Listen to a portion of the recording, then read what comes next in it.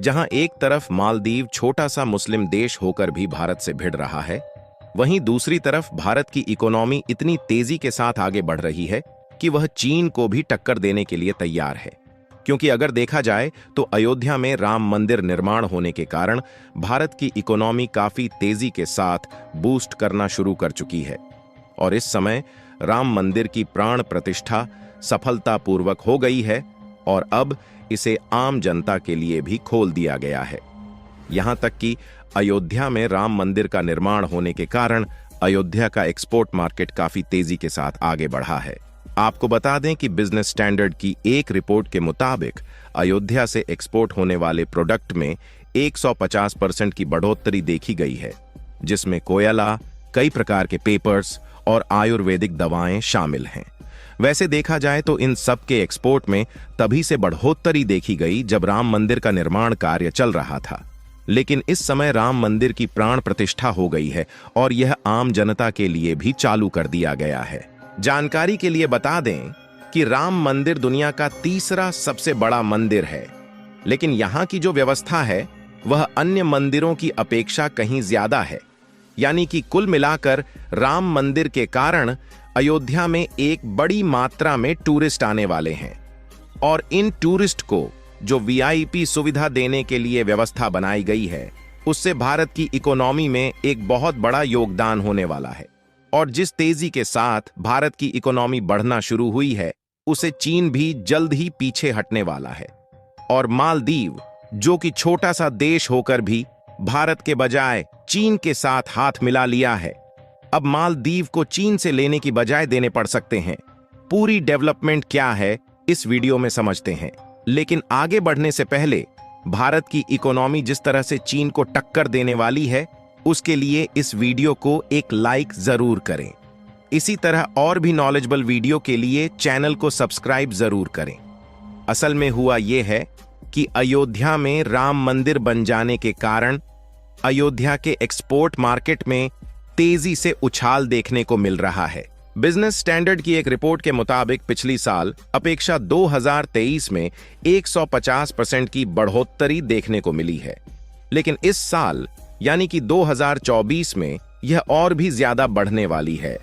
और इसी बीच मालदीव को इस बात की चिंता सता रही है कि चीन उसकी मदद करेगा भी या नहीं, क्योंकि अब मालदीव ने चीन के साथ हाथ मिलाकर उसकी गलती का एहसास हो रहा है।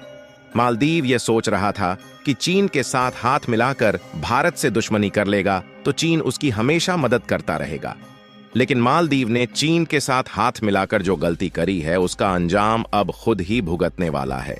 यहां तक कि अभी हाल ही में कुछ दिनों पहले मालदीव को एक्सपोर्ट होने वाला आलू रोक दिया गया है और चीन मालदीव की मदद करने के लिए बिल्कुल भी तैयार नहीं है।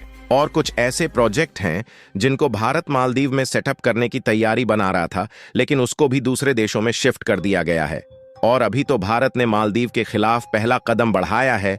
अगर भारत पूरी तरह से मालदीव को एक्सपोर्ट होने वाले फूड प्रोडक्ट रोक देता है तो मालदीव के खाने के लाले पड़ सकते हैं।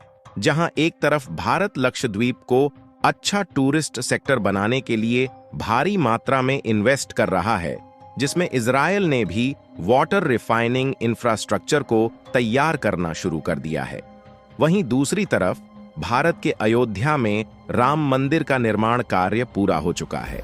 यानी कि देखा जाए तो केवल टूरिस्ट इंडस्ट्री से ही भारत की इकोनॉमी में एक बहुत बड़ा उछाल आने वाला है। और चीन भले ही एक मजबूत अर्थव्यवस्था वाला देश है, लेकिन फिर भी जल्द ही भारत से पीछे हटने वाला है। बीते एक साल में विभिन्न क्षेत्रों में केवल अयोध्या से 254 करोड़ रुपए की वस्तुओं का एक्सपोर्ट किया गया है, जबकि इससे पहले साल 2022 में अयोध्या से 110 करोड़ रुपए का ही एक्सपोर्ट हुआ है। इस तरह साल 2023 में अयोध्या से होने वाले एक्सपोर्ट में 150% का इजाफा दर्ज किया गया है। यूएमसीआई यानी कि union ministry of commerce and industry का मानना है कि अयोध्या से होने वाला एक्सपोर्ट लगातार बढ़ रहा है और इस साल यानी कि 2024 में यह और भी ज्यादा तेजी के साथ बढ़ने वाला है। और अभी तक अयोध्या से होने वाले एक्सपोर्ट को देखा जाए तो उसमें सबसे ज्यादा मात्रा कोयला की है, जहां लगभग केवल अयोध्या से ही 110 करोड़ रुपए का कोयला विदेशों में एक्सपोर्ट किया गया है। और कमाल की बात यह है कि इन कोयले को ज्यादातर भारत के पड़ोसी देशों में ही एक्सपोर्ट किया गया है।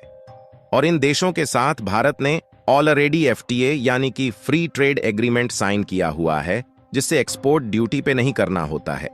इन देशों में नेपाल, बांग्लादेश और भूटान जैसे देश शामिल हैं, जिनको भारत भारी मात्रा में कोयले का एक्सपोर्ट करता है। अगर पिछले साल का डेटा देखा जाए तो भारत ने एक साल में 1.1 मिलियन टन कोयल का एक्सपोर्ट किया है, जिसकी टोटल वैल्यू $565 बिलियन के करीब है।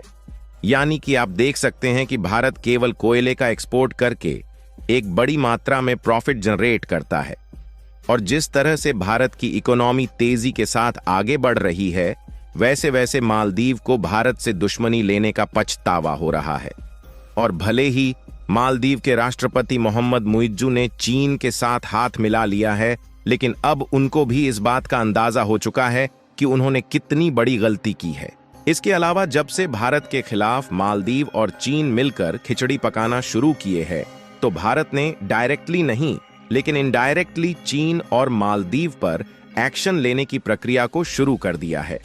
क्योंकि कुछ दिनों पहले जहां भारत ने मालदीव में सेटअप होने वाले कुछ प्रोजेक्ट को शिफ्ट किया और मालदीव को होने वाले अंडे और आलू के एक्सपोर्ट पर रोक लगाया, वहीं दूसरी तरफ भारत ने चीन से इंपोर्ट होने वाले पेपर बोर्ड पर इंपोर्ट ड्यूटी को पहले से ज्यादा बढ़ा दिया। क्योंकि भारत में कागज प्रोडक्ट की ज्यादा रिक्वायरमेंट होने के कारण हम चीन से भारी मात्रा में पेपर बोर्ड इंपोर्ट करते हैं। चीन के अलावा जापान और साउथ कोरिया ऐसे देश हैं जो भारत में पेपर बोर्ड एक्सपोर्ट करते हैं, लेकिन मेजरली चीन से सबसे ज्यादा पेपर बोर्ड भारत में ही इंपोर्ट किया जाता है। और इसीलिए भारत ने पेपर बोर्ड के इंपोर्ट पर इंपोर्ट ड्यूटी को पहले से ज्यादा बढ़ा दिया। IPMA यानी कि इंडियन पेपर मैन्युफैक्चरर्स एसोसिएशन का कहना है कि पेपर बोर्ड पर जो पहले इंपोर्ट ड्यूटी 10% थी, अब उसे बढ़ाकर 25% किया जा रहा है। यानी कि देखा जाए तो अब चीन को भारत में पेपर बोर्ड एक्सपोर्ट करने के लिए 25% इंपोर्ट ड्यूटी पे करना होगा। अभी तो भारत ने चीन के खिलाफ शुरुआत की है, आगे चलकर कुछ अन्य प्रोडक्ट पर भी इंपोर्ट ड्यूटी बढ़ाई जा सकती है, जिसको सबसे ज्यादा चीन भारत में एक्सपोर्ट करता है। अगर राम मंदिर के द्वारा भारत की इकोनॉमी में होने वाले फायदे को देखा जाए तो राम मंदिर और अयोध्या सिटी में हर साल 5 करोड़ टूरिस्ट के आने की उम्मीद है। फिलहाल भारत के द्वारा राम मंदिर को बनाने में इन्वेस्टमेंट देखा जाए तो वह लगभग 1800 करोड़ रुपए के करीब है। यदि यहां पर 5 करोड़ टूरिस्ट हर साल आते हैं तो इस मंदिर को बनाने की लागत 1 साल से भी कम समय में ही रिकवर हो जाएगी। यही नहीं, इसके अलावा इस मंदिर को बनाने में L&T और हैवेल्स जैसी बड़ी बड़ी कंपनियों ने काम किया है, जिसके कारण इसकी डिजाइनिंग काफी एडवांस और यूनिक है, जो कि टूरिस्ट को अट्रैक्ट करने के लिए काफी है। जानकारों का मानना है कि जिस तरह से इस मंदिर की कंस्ट्रक्शन की गई है, यह राम मंदिर लगभग 1000 साल तक यूं ही बनी रहेगी। और इन्हीं सब के कारण इस साल 2024 में भारत की अर्थव्यवस्था काफी तेजी के साथ बढ़ने वाली है। इसीलिए मालदीव को भी चीन से हाथ मिलाने और भारत से दुश्मनी करने का एहसास होने लगा है। बाकी आपको क्या लगता है कि भारत जिस तेजी के साथ आगे बढ़ रहा है, वह चीन को टक्कर दे पाएगा या नहीं? अपनी राय कमेंट में जरूर बताएं।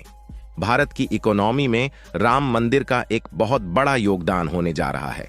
इसके लिए इस वीडियो को एक लाइक जरूर करें। साथ ही अपने मित्रों तक इस वीडियो को शेयर करें ताकि उन्हें भी जानकारी मिल सके। इसी तरह और भी नॉलेजेबल वीडियो देखने के लिए चैनल को सब्सक्राइब करके बेल नोटिफिकेशन को ऑल पर जरूर रखें। जय श्री राम।